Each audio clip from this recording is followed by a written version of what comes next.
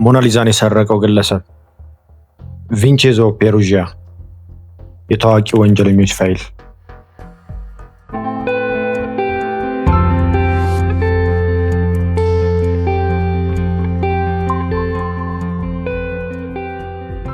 በፓሪስ የሚገኘው የሉቨር ሙዚየም በታሪኩ ትልቁን ድንጋጤ አስተናገደ። በፓሪስ የሚገኘው የሉቨር ሙዚየም በታሪኩ ትልቁን ድንጋጤ አስተናገደ።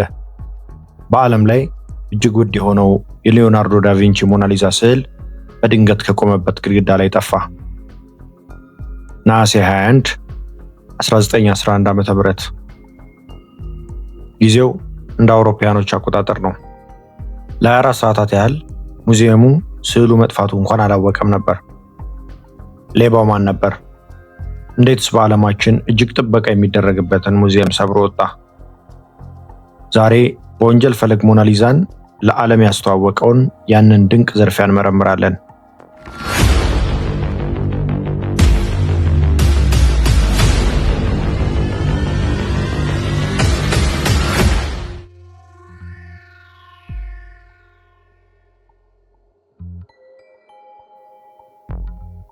ሌባው ቪንቼንዞ ፔሩጂያ ይባላል። እሱ በሉቨር ሙዚየም ውስጥ ስዕሎችን በመስታወት የመሸፈን ስራ የሚሰራ ጣሊያናዊ ነበር። እሁድ ምሽት ሙዚየም ውስጥ ተደበቀ።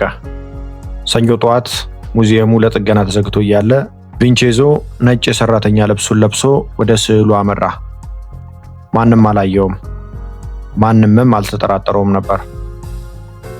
ስዕሉን ከግድግዳው ላይ አውርዶ መለኪያውን ሰብሮ ስዕሉን ብቻ በጃኬቱ ስር ደበቀ። ከዚያም በሩን ከፍቶ በሰላም ወጥቶ ወደ ቤቱ ሄደ። ዓለም አቀፍ ድንጋጤ ፈጥሯል። ለተከታታይ 2 ዓመታት ሞናሊዛ የት እንዳለች አልታወቀም። ፖሊስ የታዋቂውን ሰዓሊ ፓብሎ ፒካሶን ጨምሮ ብዙዎችን ጠርጥሮ ነበር። የሞናሊዛ ታዋቂነትም የጀመረው ያኔ ነው።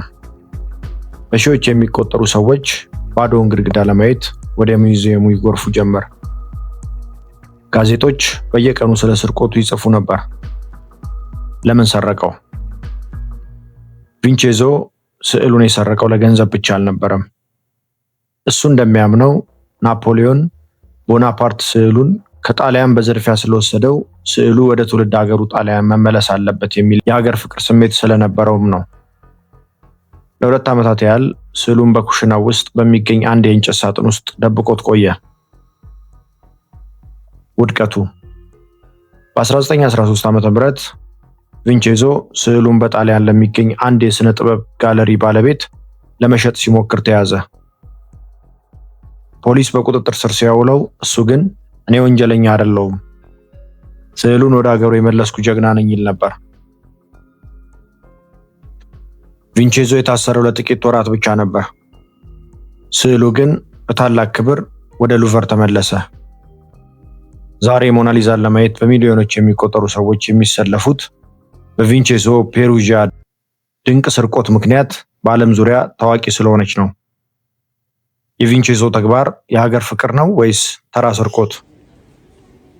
እናንተ ምን ይመስላችኋል? በኮሜንት አሳውቁኝ። ለቪዲዮ ላይክ መስጠት እንዳትረሱ።